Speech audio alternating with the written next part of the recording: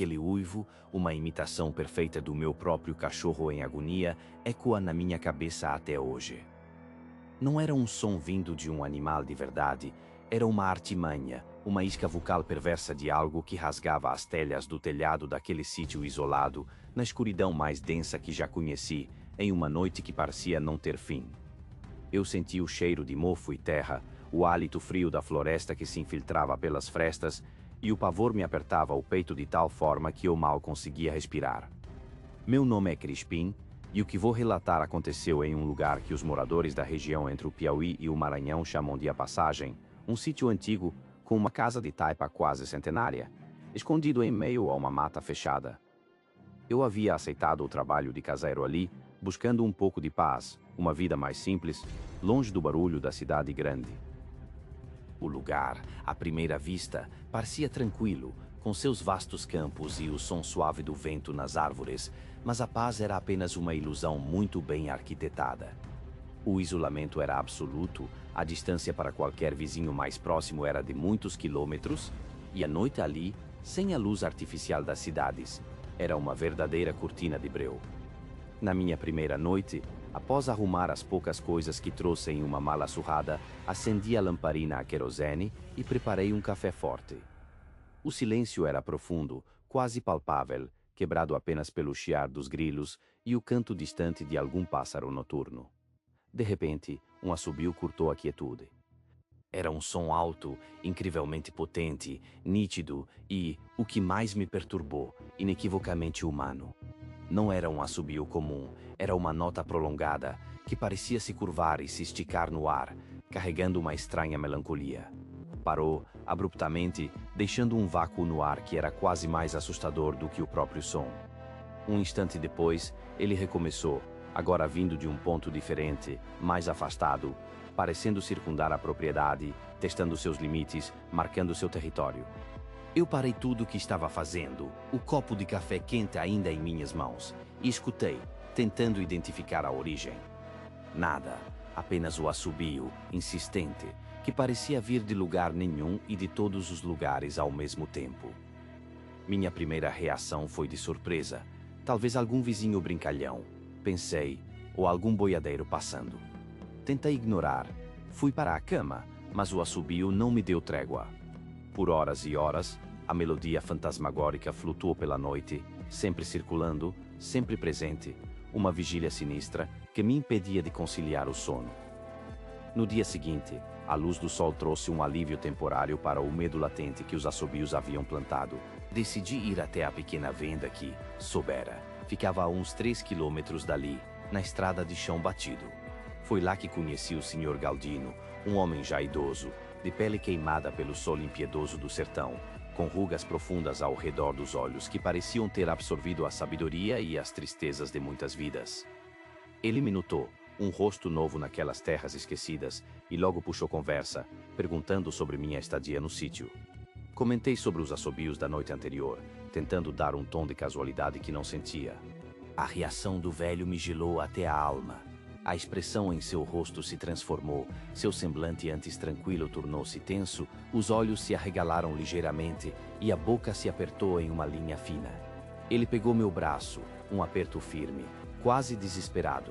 Nunca responda, Crispim, ele disse com uma voz grave, um sussurro rouco que parecia carregar o peso de um segredo milenar. Jamais, em hipótese alguma, responda aos assobios ou abra a porta. Aquilo que assobia não é gente. Meu filho, são os donos do lugar, demarcando o território. Eles querem saber se você é um deles, se tem coragem de se juntar ao bando. Responda, e você será um deles, um fantasma vagando pelos campos, sem sossego. Abra a porta, e será o primeiro a ser levado, arrastado para o desconhecido, para os confins da mata de onde ninguém jamais retornou. O conselho do Sr. Galdino não apenas me assustou, ele plantou em mim um terror ancestral, uma compreensão súbita de que eu estava lidando com algo muito além do que minha mente racional podia conceber. Os assobios ganharam um novo significado, uma aura de maldição e perigo iminente. A segunda noite chegou, e com ela, um temor que era quase um peso físico sobre os meus ombros. O sol se pôs, e a escuridão engoliu o sítio mais uma vez. Os assobios recomeçaram, pontuais, como se o que quer que fosse tivesse um relógio interno preciso, um relógio do mal. Mas desta vez, eles estavam diferentes, mais próximos, mais insistentes, parecendo diminuir o círculo ao redor da casa.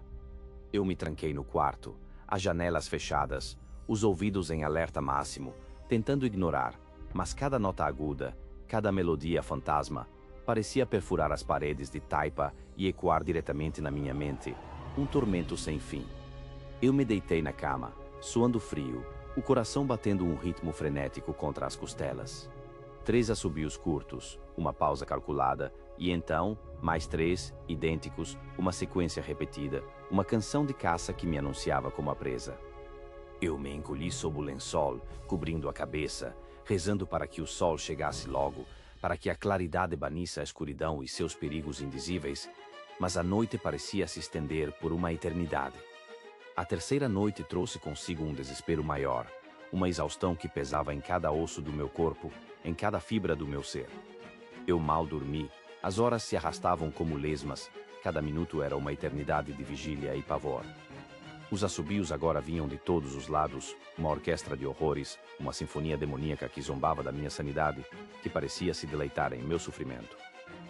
Eu me levantava, caminhava pela casa, um automato de medo, tentava acender todas as luzes que tinha, mas a eletricidade era precária e a escuridão, com suas sombras dançantes, sempre vencia. A sensação de ser observado era constante, quase física, como se olhos invisíveis me seguissem em cada movimento, me avaliassem, esperando o momento exato, o deslize, para agir. A pressão aumentava a cada respiração, a cada batida do coração. Eu sentia que estava à beira de um precipício e a queda era iminente. A quarta noite, a quarta noite. Foi quando o fio que me prendia à realidade se rompeu. O ar estava pesado, denso, carregado de uma energia opressora, quase como se a própria atmosfera tivesse se tornado um peso sobre o sítio. Os assobios começaram antes mesmo da meia-noite, mas não eram apenas 1 ou 2. Eram muitos, dezenas talvez, vários assobios de timbres ligeiramente diferentes, uma cacofonia de vozes etéreas, cercando a casa de todos os lados, alguns tão próximos que eu podia sentir o ar vibrar com a passagem do som. Eles dançavam ao redor da propriedade, um coro assustador, ininterrupto, cada nota uma lança de gelo no meu coração. Eu estava em pânico absoluto, escondido no quarto, tremendo incontrolavelmente, os dentes batendo um contra o outro. Foi então que ouvi um som arrastado, raspando com uma força inimaginável nas paredes de taipa. Não era um ramo de árvore, não era um animal.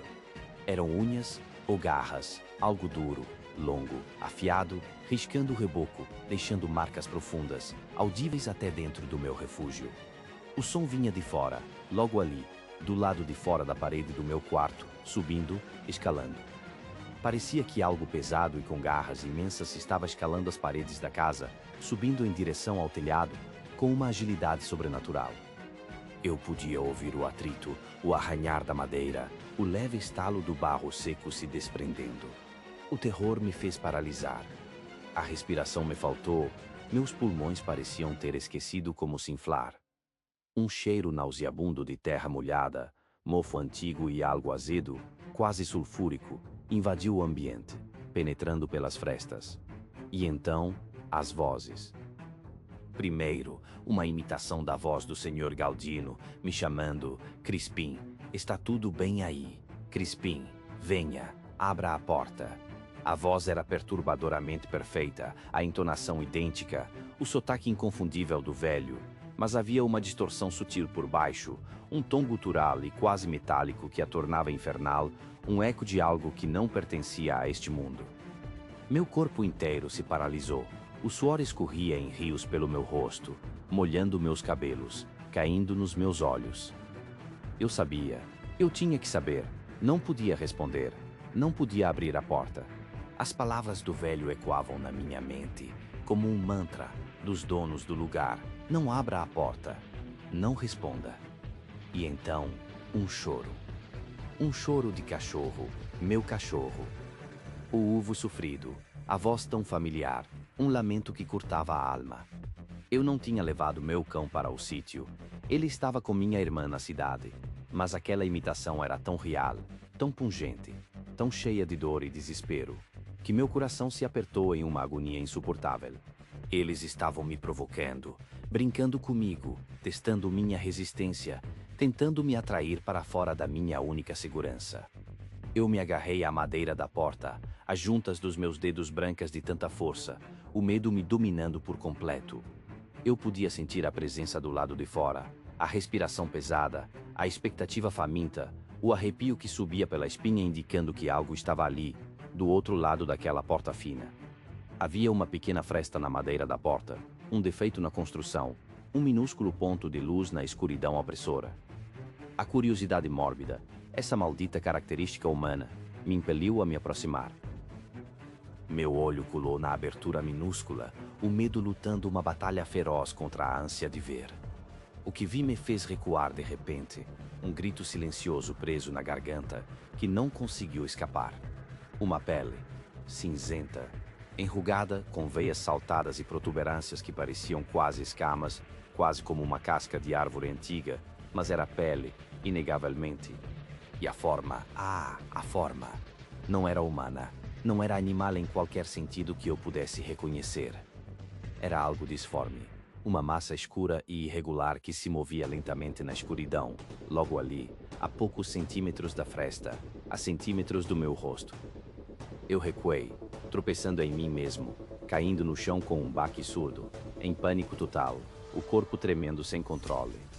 Fiquei ali, encolhido em um canto, ouvindo os arranhões no telhado, o farfalhar das telhas sendo removidas uma a uma, as vozes distorcidas que chamavam meu nome e os assobios, sempre os assobios.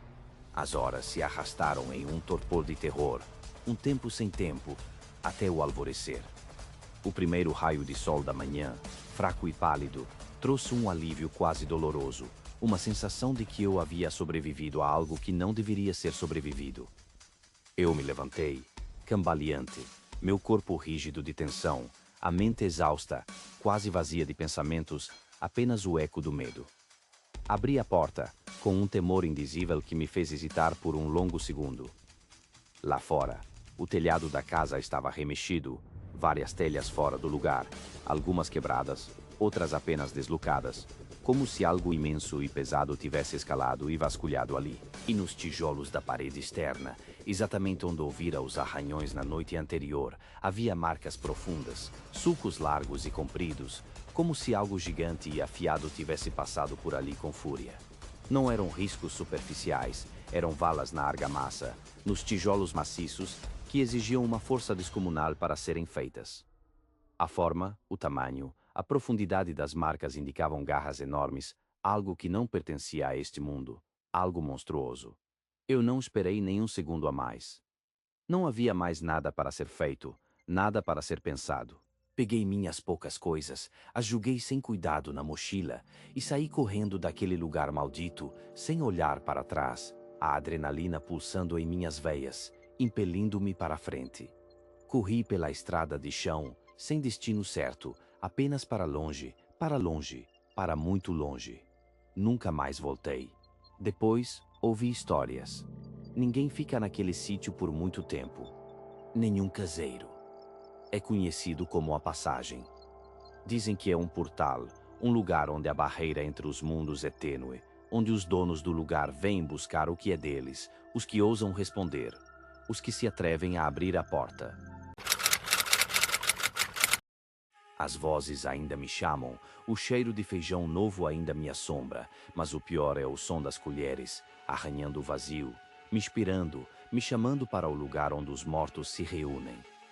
A cada anoitecer, em cada sombra dançante, sinto a presença, o convite, a armadilha.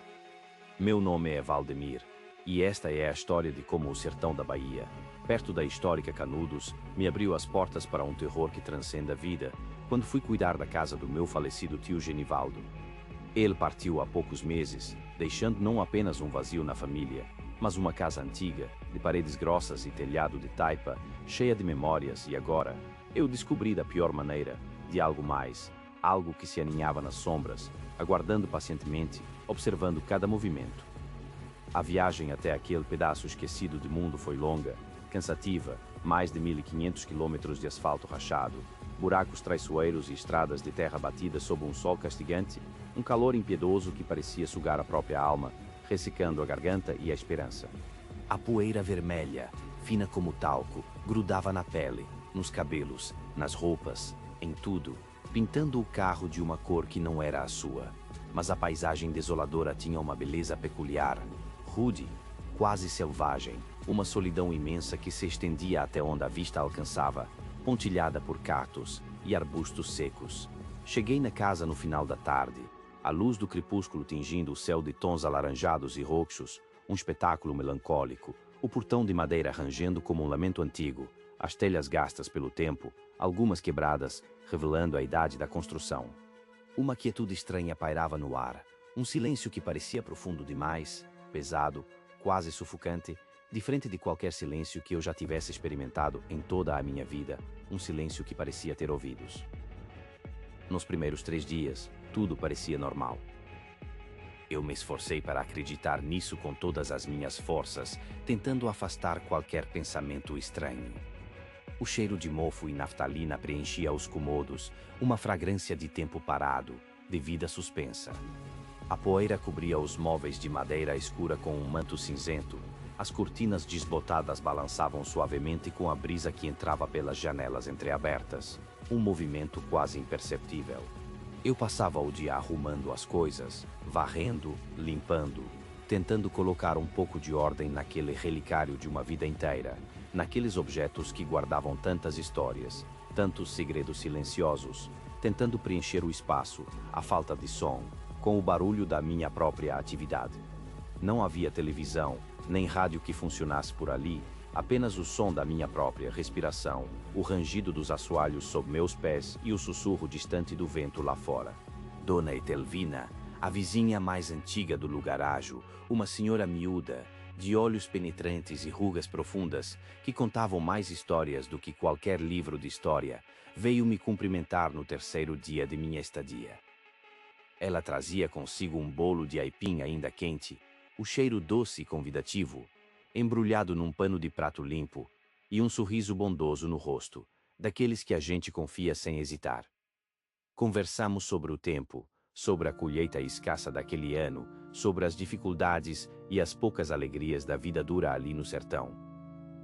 Ela falava com uma calma que era quase assustadora, como se tivesse visto demais, vivido demais. De repente, seu tom mudou drasticamente. A voz dela baixou, quase um sussurro que mal conseguia ser ouvido, mas que carregava um peso imenso, uma urgência velada. Ela disse, com uma seriedade que me fez prender a respiração, a garganta seca: Valdemir, o silêncio dessa casa, ele é cheio de conversa. Eu a olhei, confuso, tentando desesperadamente entender o que ela queria dizer com aquilo, qual o significado sombrio daquelas palavras enigmáticas. Ela apenas balançou a cabeça lentamente, os olhos fixos nos meus, uma profundidade que eu nunca tinha visto em um ser humano, uma seriedade que gelou minha espinha, mesmo sob o calor inclemente da Bahia. Tome muito cuidado, menino. Não se meta com o que não te pertence, com o que está além do véu da vida. Eles não gostam de ser perturbados, mas adoram companhia, e podem ser muito insistentes. Eu desdenhei daquelas palavras, claro, como um jovem arrogante faria. Tentei me convencer de que era apenas crendice popular, lendas contadas por gente mais velha que passava a vida isolada, inventando histórias para preencher o vazio e o medo do desconhecido. A noite caiu pesada, um manto escuro sem estrelas visíveis, sem uma única luz na rua, apenas o breu absoluto cortado pela lua cheia, quando ela se dignava a aparecer por entre as nuvens esparsas, projetando sombras alongadas e fantasmagóricas. O vento uivava nas frestas da janela, um som fantasmagórico que parecia carregar gemidos distantes, sussurros inaudíveis. Deitei na cama, o colchão velho rangendo sob meu peso a cada movimento, tentando em vão pegar no sono, mas a frase de Dona Etelvina martelava na minha mente, repetindo-se sem parar, um eco sinistro que não me deixava em paz. Foi então que ouvi, pela primeira vez, o som inconfundível. Um som metálico, vindo da cozinha, um tinido suave, quase delicado, mas claro o suficiente para perfurar o silêncio. Talheres.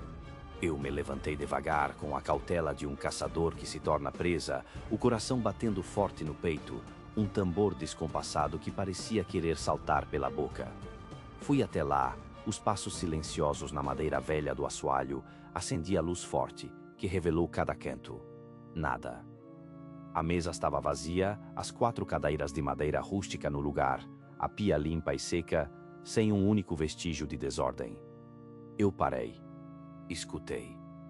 O silêncio voltou, denso, mais pesado que antes, um vácuo que parecia absorver qualquer ruído. Nada. Apaguei a luz e voltei para o quarto, tentando me convencer de que tudo não passava de cansaço extremo, de uma imaginação superativa.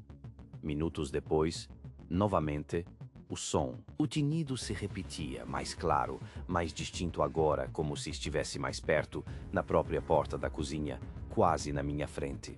Um tinido de garfo batendo no prato, uma colher arrastando no fundo de uma tigela de barro. E então, a voz. A voz do meu tio Genivaldo. Clara, límpida, quase palpável, como se ele estivesse ali, no cômodo ao lado, sentado à mesa, me esperando. Ele chamou meu nome, com a familiaridade de quem conhece a vida toda. Valdemir, meu filho, venha comer. O jantar está na mesa, quentinho. Meu corpo gelou por inteiro, uma onda de frio que começou nos pés e subiu até o topo da cabeça, paralisando cada músculo. Arrepios violentos subiram e desceram pela minha nuca, pelos braços, até as pontas dos dedos. Eu não respondi. Não podia.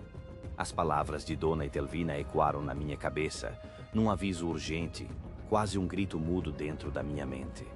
Não se meta com o que não te pertence, Valdemir, jamais responda. As noites que se seguiram se tornaram um inferno particular, um ciclo de terror que se intensificava a cada pôr do sol, a cada sombra que alongava. O padrão se repetia e se aprofundava na minha alma.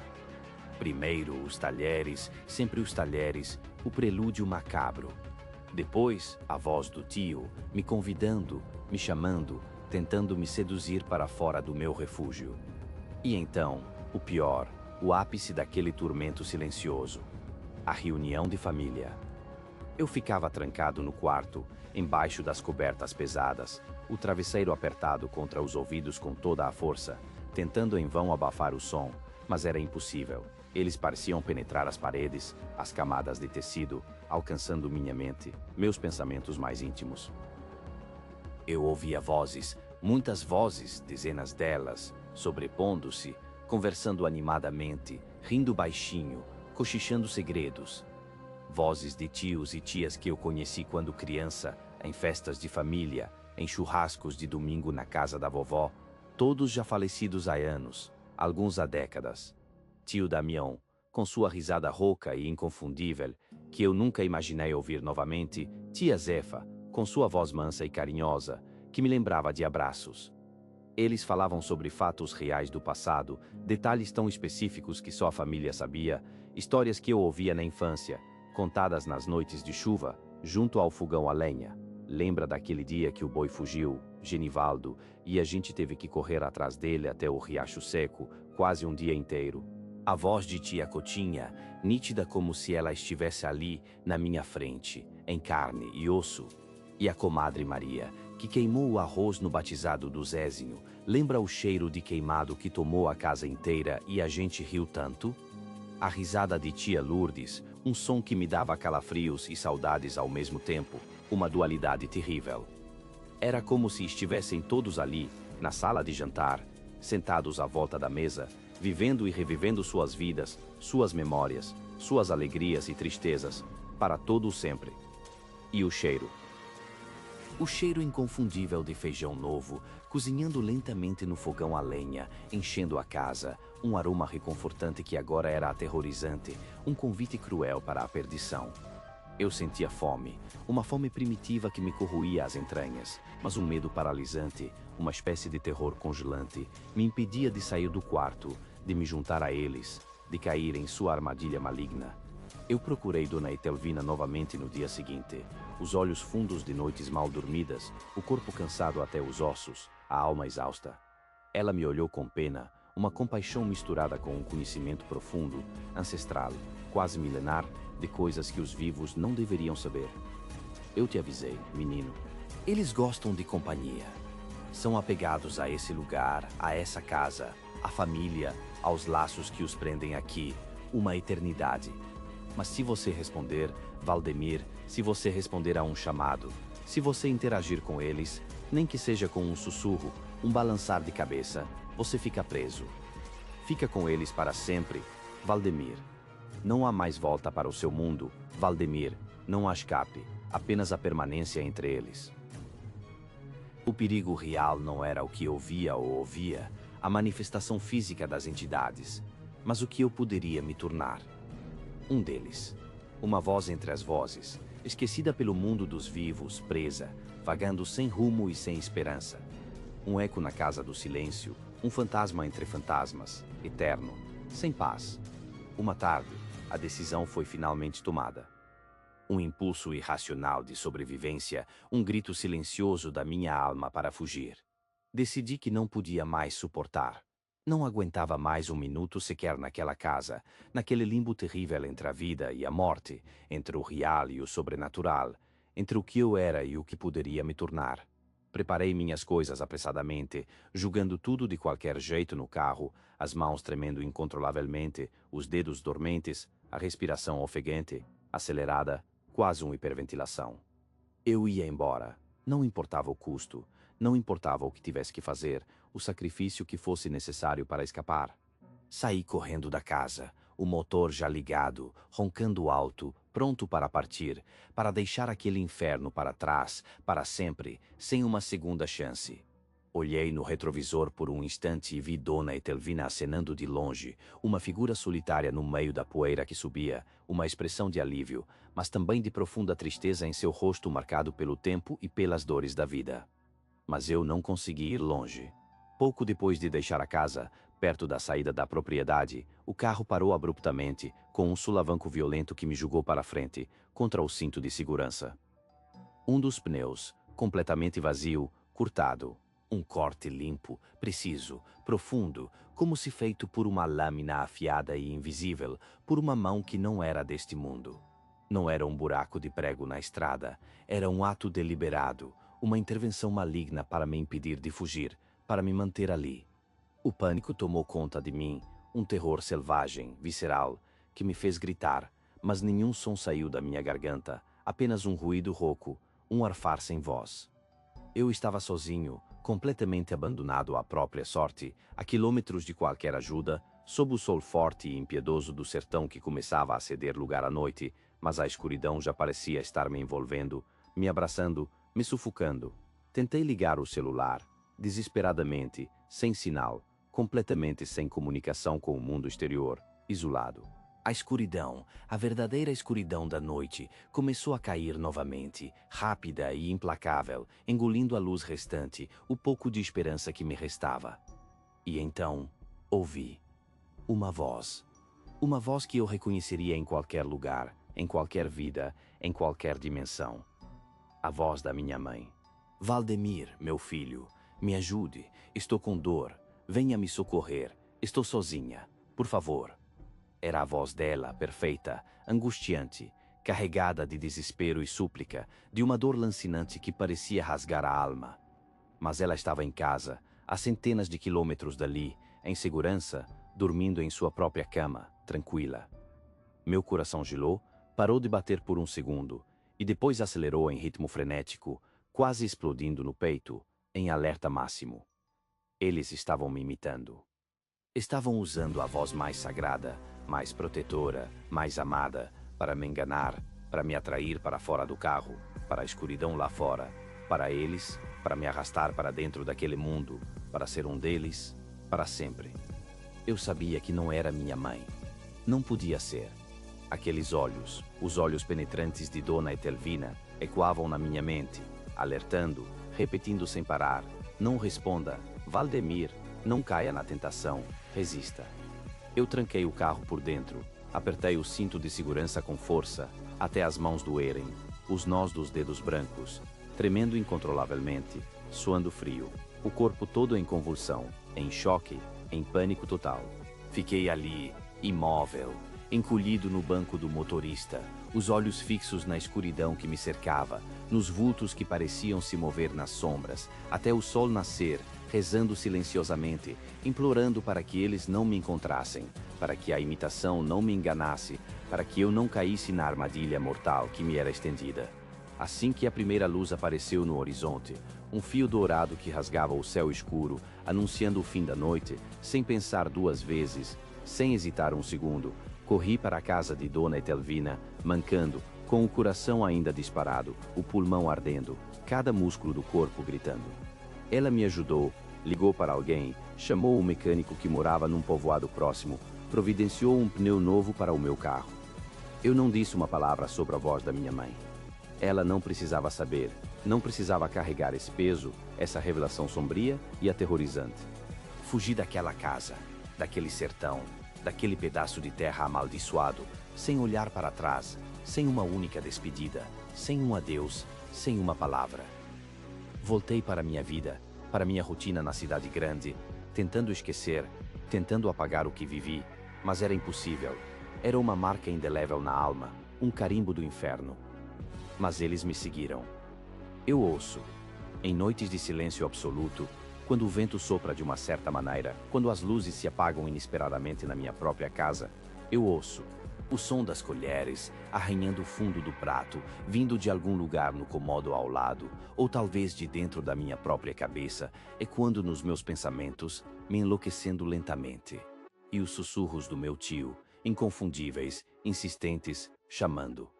Valdemir, meu filho, venha comer, estamos te esperando, a família toda, sempre. Eles ainda me chamam.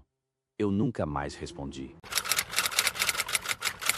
O cheiro de cera e flores secas grudou na minha alma, uma mancha indelével que jamais me deixou em paz.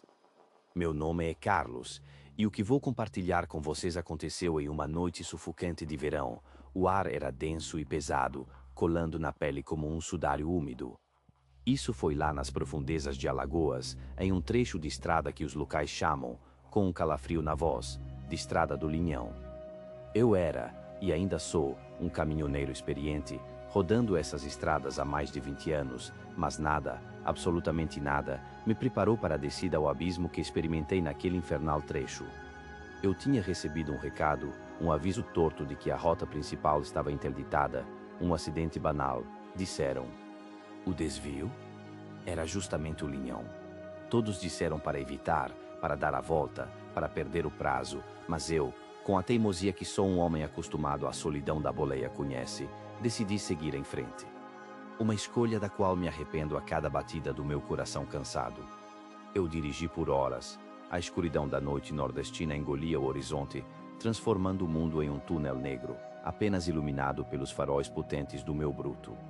As estrelas, acima, pareciam distantes, meros pontos de luz em um véu de negrume. A música no rádio era minha única companhia, um ruído morno que preenchia o vazio da cabine. A temperatura, no entanto, começou a mudar de forma alarmante. O calor úmido do sertão, que momentos antes me fazia suar em bicas, foi substituído por um frio cortante, um ar gélido que penetrava minhas roupas e fazia meus ossos rangerem. Era um frio que não fazia sentido, um frio que parecia vir de dentro, não de fora. Eu olhei para o termômetro do painel. Ele despencava em uma velocidade absurda, como se estivéssemos cruzando um portal para algum lugar de inverno perpétuo. 20 graus, 15, 10, 5, 0. A agulha parou no limite mínimo, tremendo. Eu esfreguei meus braços, um calafrio percorrendo minha espinha. Não era normal. Então, eles surgiram. Primeiro, vislumbrei uma forma na beira da estrada, depois duas, e em questão de segundos, centenas, talvez milhares. Uma procissão, uma fila interminável de figuras. Elas emergiram da escuridão densa, caminhando na minha direção, mas sem pressa, sem destino aparente. Eu pisei no freio, um reflexo instintivo. O caminhão guinchou, parando de forma abrupta na estrada de terra batida. A poeira levantou, criando uma névoa fantasmagórica sob os faróis. Eu estava no meio do nada, sozinho, e agora, cercado. As figuras eram todas iguais, quase indistinguíveis uma da outra. Vestiam túnicas feitas de um tecido grosso e áspero, parecia estopa, sujas e gastas, arrastando-se pelo chão poeirento. Seus corpos eram magros, esguios, quase etéreos, mas emanavam uma presença pesada, inegável. Cada uma delas carregava uma vela antiga, de cera amarelada, que tremeluzia com uma luz fraca, mas constante. O mais perturbador era o fato de que, embora o vento daquele lugar ermo soprasse com uma força considerável, as chamas das velas não se apagavam, não vacilavam, mantendo-se firmes, quase desafiando as leis da física. Eu observei, aterrorizado, como a procissão se estendia, sem um fim aparente, preenchendo a estrada à minha frente e atrás de mim. O ar dentro da cabine tornou-se insuportável. Um cheiro doce e enjoativo, de cera de vela antiga misturada com o aroma pesado de flores secas, como as que se encontram em velórios abandonados há décadas. Um cheiro de morte. Ele penetrava minhas narinas, grudava na minha garganta, sufocava meus pulmões. Eu tentei respirar fundo, mas o ar parecia denso, impuro. A iluminação do painel começou a falhar, as luzes piscavam intermitentemente, como um coração prestes a parar. O rádio, que antes tocava uma melodia suave, agora emitia apenas um chiado agudo, um grito eletrônico que rasgava o silêncio opressor. Eu olhei para o medidor de combustível. A agulha, que deveria apontar para cheio, pois eu havia abastecido há pouco, despencou. Vazio, completamente vazio. O motor do caminhão, antes potente e confiável, engasgou, tossiu e finalmente silenciou. Totalmente. Meu coração martelava no peito, um tambor frenético de puro pavor. Eu estava preso, no meio da estrada do Linhão, com um caminhão morto, rodeado por uma procissão de sombras. Tentei ligar o rádio novamente, mas ele estava mudo. Tentei dar a partida no caminhão, mas o motor não respondia. Nenhum sinal. Eu estava à mercê deles. Eu olhei para as figuras novamente. Elas não tinham rosto. Sob os capuzes de estopa havia apenas um vazio sombrio, uma escuridão sem traços, sem feições, apenas um buraco onde deveria haver olhos, nariz, boca. Aquela ausência era mais aterrorizante do que qualquer face distorcida que eu pudesse imaginar. Elas continuaram a passar, uma após a outra, lentas, monótonas, ignorando completamente minha presença, como se eu fosse apenas uma pedra no caminho, um obstáculo insignificante em sua jornada eterna. Eu não conseguia mover um músculo, paralisado pelo terror mais profundo que já sentia em toda a minha vida. Meus olhos estavam fixos nelas, meu corpo tremia descontroladamente, mas eu era incapaz de desviar o olhar, incapaz de fugir, incapaz de fazer qualquer coisa além de observar aquele espetáculo macabro. A procissão continuou por um tempo que me pareceu uma eternidade. Minutos se arrastaram como horas, horas como dias. Cada figura passava, suas velas bruxuleantes, o cheiro nauseabundo intensificando-se. Finalmente, quando pensei que minha mente cederia sob o peso daquele horror, a última figura entrou na caatinga densa que margeava a estrada.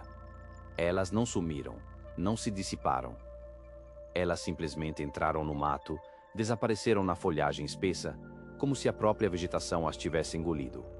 E então, tão abruptamente quanto tudo começou, tudo voltou ao normal, instantaneamente. O motor do caminhão rugiu, como se nunca tivesse parado. As luzes do painel voltaram a brilhar em pleno fulgor. O medidor de combustível estava no cheio novamente, como se nada tivesse acontecido. O frio cortante desapareceu, substituído pelo calor abafado da noite.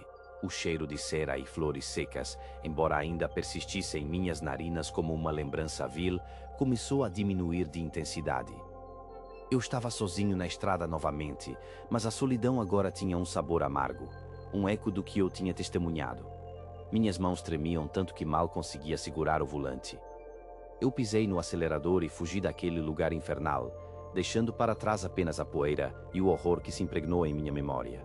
Os dias que se seguiram foram um borrão de insônia e pesadelos.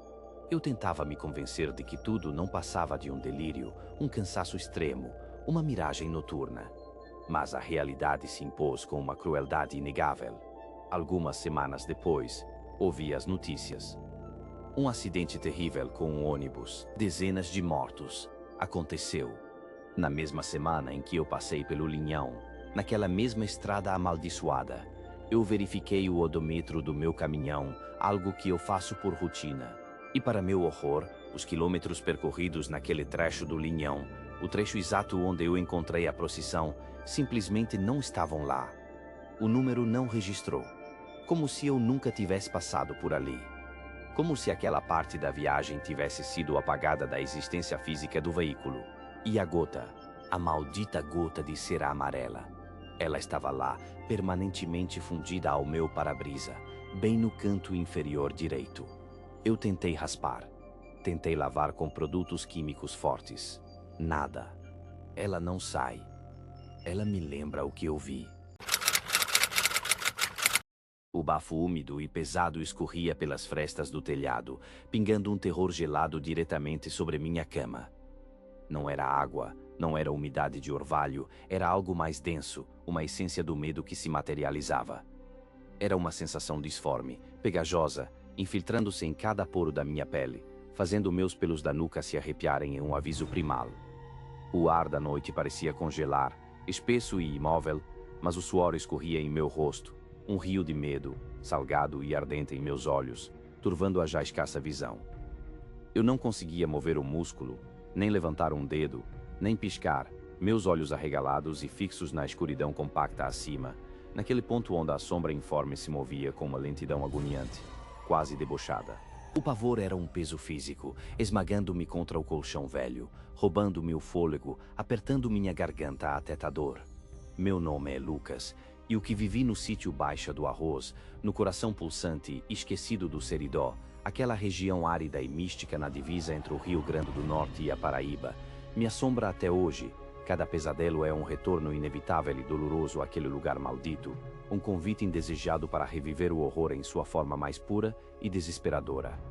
Foi há alguns anos, no auge de uma seca inclemente que parecia desidratar a própria alma da terra, uma tentativa vã de fuga da cidade grande, uma busca por um refúgio de paz e introspeção que rapidamente se transformou em um cativeiro de pavor absoluto, uma prisão feita de ar e sussurros. As noites no campo prometiam tranquilidade, embaladas pelos sussurros da natureza e pelo brilho distante das estrelas, mas entregaram ao inferno, um pesadelo acordado que se desdobrava com a crueldade de um conto antigo. A paz do campo era uma ilusão frágil, um véu transparente e enganoso sobre um abismo de escuridão ancestral, um poço sem fundo de medos esquecidos.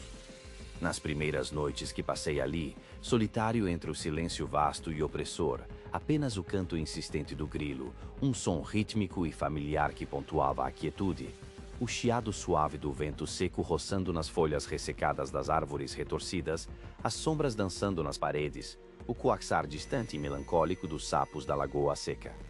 Sons naturais, reconfortantes em sua previsibilidade, parte da sinfonia do sertão. Mas depois, a mudança.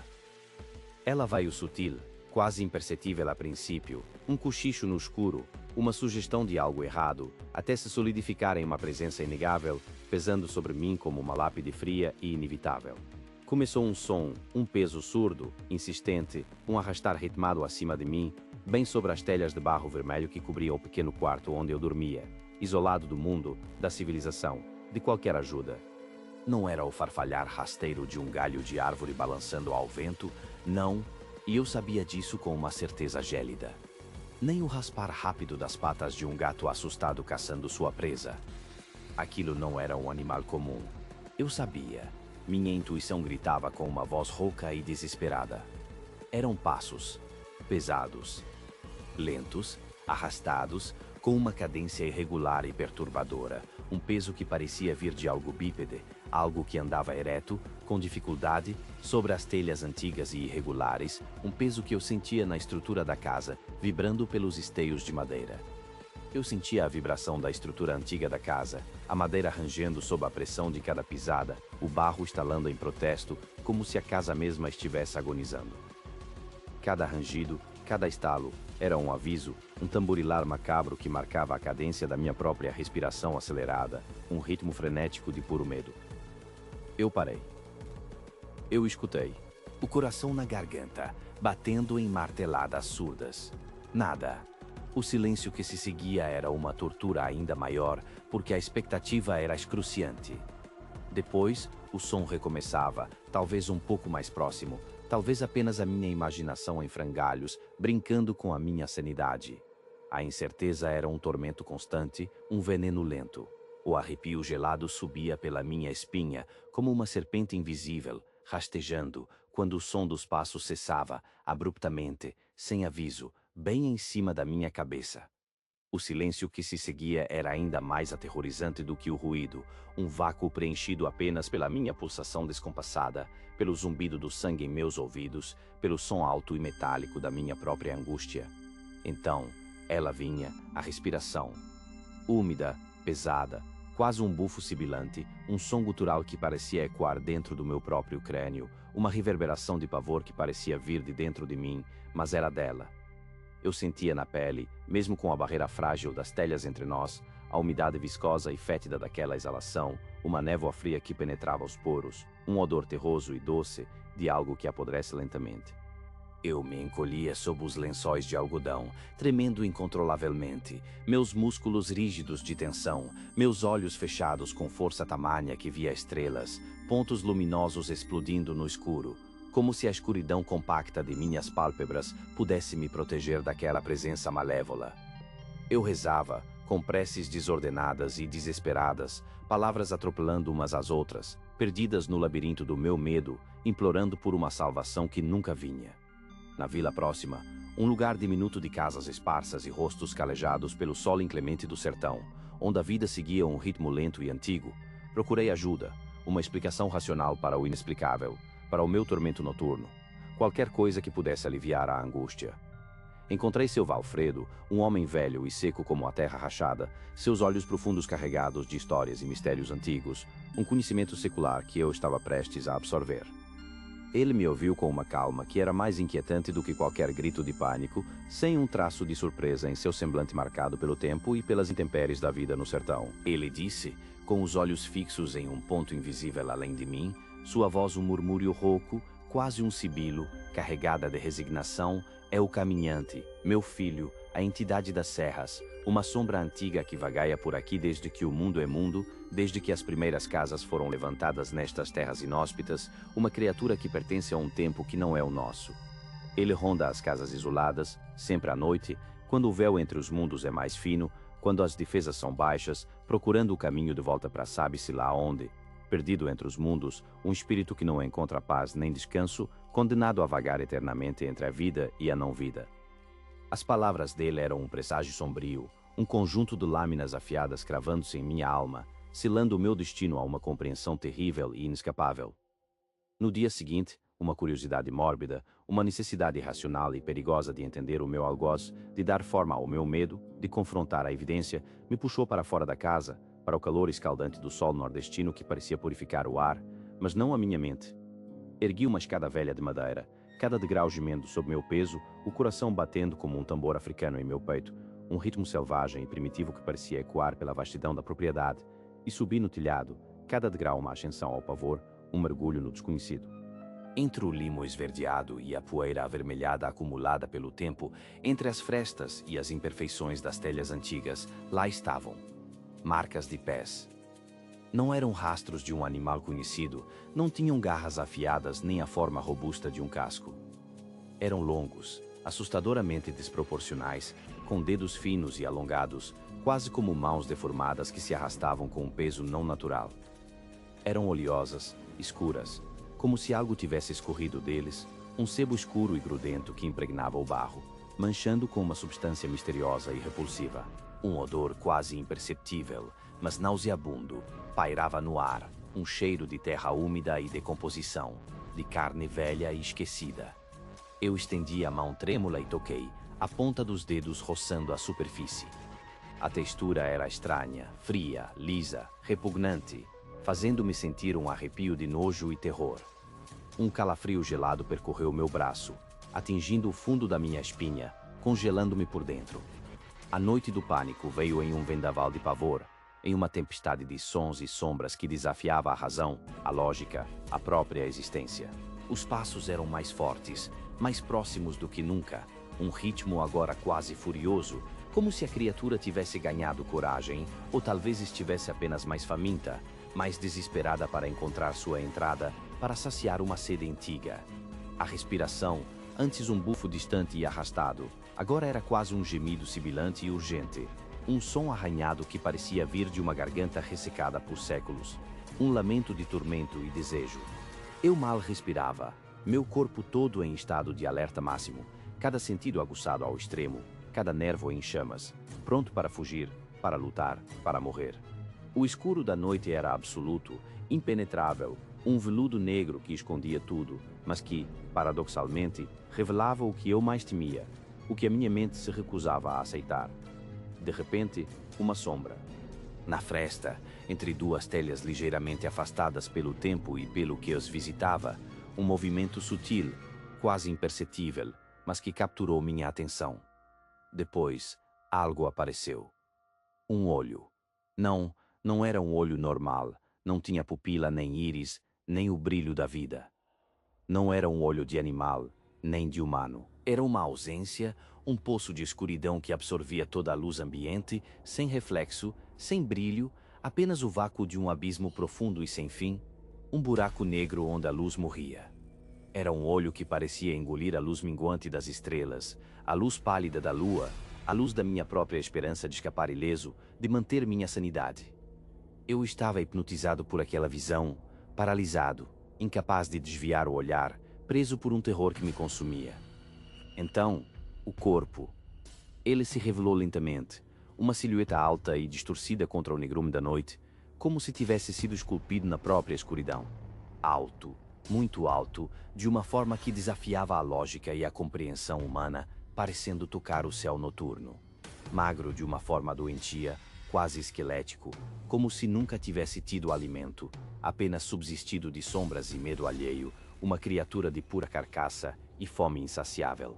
A pele cinzenta, opaca, mimetizando a poeira e o barro das telhas, uma camuflagem perfeita que o tornava quase invisível até que ele se movesse, revelando-se em sua totalidade grotesca.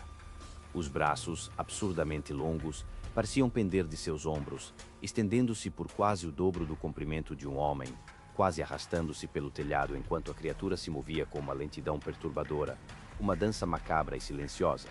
Um dedo, fino, seco, comprido, demais, como um galho ressecado de árvore velha, uma garra esquelética. Tentava tatear a fresta, buscando uma abertura, uma fragilidade na barreira, procurando uma forma de entrar, de alcançar, de tocar a mim, de me arrastar para dentro de sua escuridão. Eu não gritei. Eu não consegui. O medo havia paralisado cada músculo, cada fibra do meu ser, transformando-me em uma estátua de pavor, mudo e imóvel.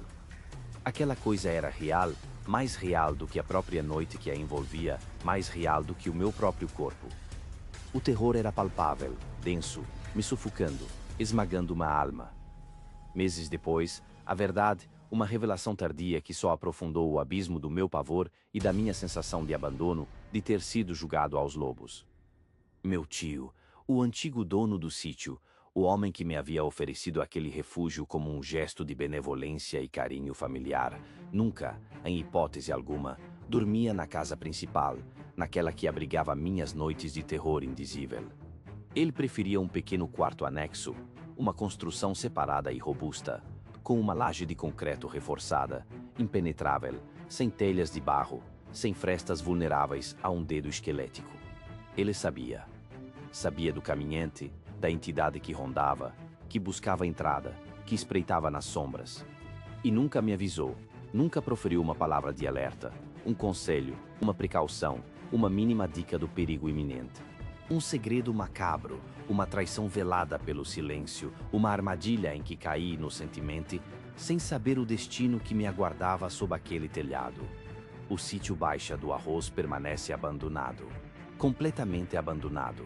As ervas daninhas tomam conta de cada canto, as paredes de taipa desmoronam lentamente, o vento uiva por suas janelas vazias como um lamento fúnebre. Ninguém consegue passar uma única noite debaixo daquele telhado. Ninguém. Nem uma só. Eu não consigo dormir. Uma massa escura, viscosa e disforme começou a se arrastar para fora. Seus movimentos eram antinaturais, suas formas mutáveis, e um som que não pertencia a este mundo. Uma orquestra de vozes distorcidas emergia da escuridão do poço. Era um coro dissonante, um lamento, uma canção profana que rasgava o silêncio da noite, e por um instante, o medo me paralisou, a terra parecia tremer sob meus pés. Meu nome é Breno, e o que Marconi e eu enfrentamos na fazenda Santa Rita, em Goiás, foi aterrorizante. Tudo aconteceu há pouco mais de um ano, mas cada detalhe ainda me assombra, cada cheiro, cada som, cada sombra daquele lugar desolador, permanece vívido em minha mente, uma memória víscera, impossível de apagar. Eu e Marconi, meu ajudante inseparável, éramos instaladores de internet. Nosso trabalho era simples: levar conexão onde ela ainda não existia, alcançar os pontos mais remotos, os cantões esquecidos deste Brasil imenso. Recebemos um chamado para uma fazenda isolada, a Fazenda Santa Rita, no interior de Goiás. Os boatos na cidadezinha mais próxima diziam que estava abandonada há 10 anos, um lugar esquecido pelo tempo, tragado pelo mato, engolido pelo silêncio. A viagem foi longa, interminável, por estradas de terra batida, sob um sol escaldante que torrava a pele e secava a garganta. A poeira levantava-se em nuvens densas a cada giro dos pneus da nossa caminhonete velha. Chegamos ao local no meio da tarde. A paisagem era desoladora, um quadro de abandono absoluto. A casa principal, uma construção antiga, estava em ruínas, o telhado desabado em muitos pontos, as janelas sem vidros, como olhos vazios nos observando. O mato alto, seco e espinhoso, tomava conta de tudo, parecia querer engolir o que restava da fazenda, uma luta silenciosa da natureza contra o que um dia foi vida humana. O vento soprava, levantando a poeira vermelha do cerrado, e um silêncio pesado pairava no ar, um silêncio que parecia carregar histórias antigas, segredos sombrios. Começamos a descarregar o equipamento, buscando o melhor ponto para a instalação da antena, o lugar mais alto, o ponto com a menor interferência. A tarefa era rotineira, mas a sensação de isolamento, a quietude opressora daquele lugar, nos deixava em alerta. Uma inquietude sutil nos acompanhava. Foi Marconi quem achou. Ele caminhava pelo pasto seco, desviando de toceiras de capim e troncos caídos, quando parou abruptamente. No chão, encoberta em parte pela vegetação rasteira, havia uma laje de concreto. Não era uma laje comum, uma tampa de fossa ou algo do tipo.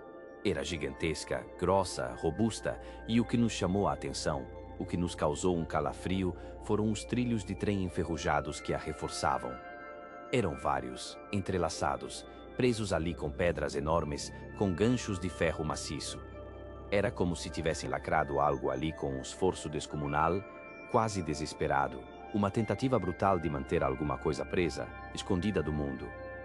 Nos aproximamos, a curiosidade, a velha curiosidade humana, foi mais forte do que qualquer pressentimento. Passamos a mão pela superfície áspera do concreto, sentindo o metal frio dos trilhos. Aquilo pesava 1 tonelada, talvez mais.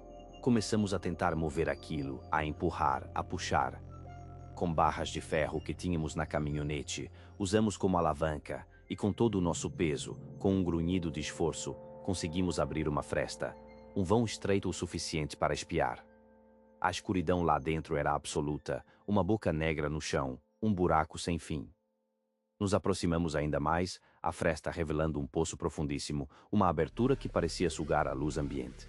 O ar que vinha de lá era pesado, denso, frio, mesmo sob o sol escaldante.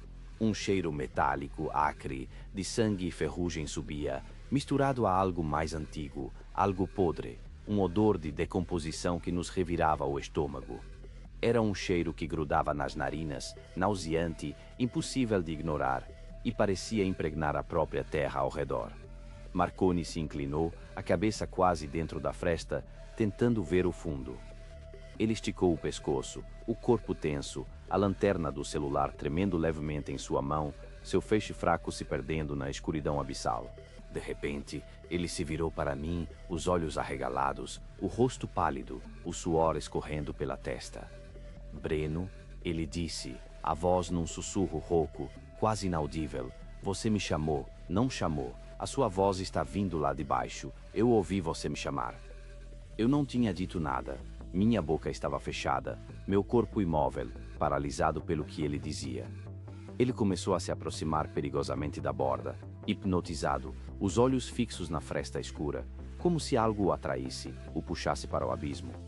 Eu o puxei para trás com força, assustado, o coração batendo descontrolado no peito. Marconi, eu não disse nada, não ouvi o que eu acabei de falar contigo. A voz não era minha. Tentei explicar, a voz embargada pelo medo, mas ele parecia não me ouvir, sua atenção totalmente voltada para o buraco, a mente dominada por algo invisível. A voz que ele descrevia era idêntica à minha, ele garantiu, mas havia um eco estranho, uma ressonância que não combinava com a profundidade daquele buraco, algo antinatural. Eu o convenci a ir embora, a deixar aquilo para trás, a esquecer o que tínhamos encontrado. A sensação de que algo estava terrivelmente errado nos perseguia, uma névoa fria de pavor. Fomos para a cidade mais próxima, ainda em choque, o silêncio em nossa caminhonete era pesado, preenchido apenas pelo barulho do motor e pelos nossos próprios pensamentos perturbados. No bar da cidade, um lugar rústico com cadeiras de madeira e cheiro de pinga, enquanto tomávamos uma cerveja gelada para tentar acalmar os nervos, conversamos com um morador local, seu Hélio, um senhor de idade avançada, rosto marcado pelo tempo, pelos anos de sol e trabalho na roça. Ele era uma figura conhecida, respeitada, um arquivo vivo de histórias da região. Mencionamos a fazenda, a cisterna, a laje estranha. O rosto de seu Hélio empalideceu, as rugas se aprofundaram com atenção, seus olhos fixos em nós, uma mistura de medo e pesar. Ele nos contou sobre o antigo dono, Coronel Epaminondas, um homem temido, mas também um pai desesperado. O coronel havia selado o poço após seu filho, um garoto novo, ser puxado para o fundo por algo que morava lá. Uma coisa, ele disse, um demonío, uma entidade que mimetizava vozes, que atraía suas vítimas com o familiar, com o que lhes era mais querido, com o som que mais lhes traria conforto ou curiosidade. O coronel selou o poço com todo o concreto e ferro que tinha, com trilhos de trem, com pedras enormes, numa tentativa brutal e final de aprisionar o mal, de proteger o que restava de sua família e da região. As palavras de seu Hélio eram como um golpe, confirmando nossos piores medos, dando forma ao terror que havíamos apenas vislumbrado. Voltamos para a fazenda no dia seguinte, uma sensação de urgência nos impulsionando, uma necessidade inadiável de saber, de entender, ou talvez, de nos certificar de que aquilo ainda estava selado. Eu queria ter certeza, queria compreender a extensão daquele horror. Ao chegar, a cena me gelou o sangue, fez o ar faltar em meus pulmões. A laje de concreto, antes apenas com uma fresta, estava totalmente aberta, jogada para o lado, como se tivesse sido arrancada com força brutal, jogada fora por mãos invisíveis, por uma força descomunal que desafiava a física. Não havia sinal de Marconi. Marconi, a voz vinha do fundo do poço, me ajuda, eu caí, estou ferido, preciso de você. Era a voz de Marconi, inconfundível, a entonação, o timbre, tudo parecia idêntico. Mas algo estava errado, profundamente errado. O som não tinha a reverberação natural de um buraco tão profundo, era limpo demais, claro demais, e real, como se Marconi estivesse ao meu lado, sussurrando em meu ouvido. A voz de Marconi, mas não era Marconi. Era uma imitação perfeita, mas sem a acústica de um abismo. Eu gritei para ele, perguntando onde ele estava, o que havia acontecido, o desespero me corroendo. A voz de lá de baixo respondeu, mas agora era a minha voz, perfeitamente replicada, chamando por Marconi, implorando por ajuda, usando as mesmas palavras que eu havia acabado de dizer. Foi então que entendi, com um terror gélido que me paralisou da cabeça aos pés, a entidade havia começado a imitar a minha própria voz. Estava nos caçando, estava brincando conosco, usando nossas próprias identidades contra nós. O terror nos dominou por completo. Marconi e eu corremos como nunca antes na vida, sem olhar para trás, sem pensar, apenas impulsionados pelo instinto mais primitivo de sobrevivência. A adrenalina pulsava em minhas veias, meus pulmões ardiam, O coração martelava no peito. Mas eu ouvi. Eu juro que ouvi o som de algo se arrastando para fora do poço, um corpo pesado, úmido, um barulho abjeto de algo escorrendo e se arrastando na terra. Pelo canto do olho, um relance rápido, vi uma massa escura, informe, mas com uma sugestão humanoide, contorcendo-se, emergindo da cisterna, crescendo, ganhando volume, parecendo expandir-se para o ar. Era uma sombra densa, mais escura que a noite, que se erguia sobre a boca do poço, um horror indescritível, a encarnação do puro mal. Nunca mais voltamos àquela fazenda. Mais tarde, meses depois, soubemos que a prefeitura, após nossos relatos, após os testemunhos de seu Hélio e de outros moradores que tinham histórias semelhantes, decidiu agir. O poço foi preenchido com toneladas e mais toneladas de concreto, cimento e terra, numa tentativa final e desesperada de silenciar o que ali habitava, de sepultar de uma vez por todas o horror. Mas, anos depois, os moradores da região ainda sussurram sobre noites em que, ao passar pela antiga fazenda, quando o vento sopra de um jeito peculiar, é possível ouvir vozes, cantos, pessoas cantando vindos de debaixo da terra, abafados, porém inegáveis, uma canção estranha, um coro macabro que ecoa do subsolo, uma lembrança sombria de que nem todo o mal pode ser contido, nem mesmo por toneladas de concreto.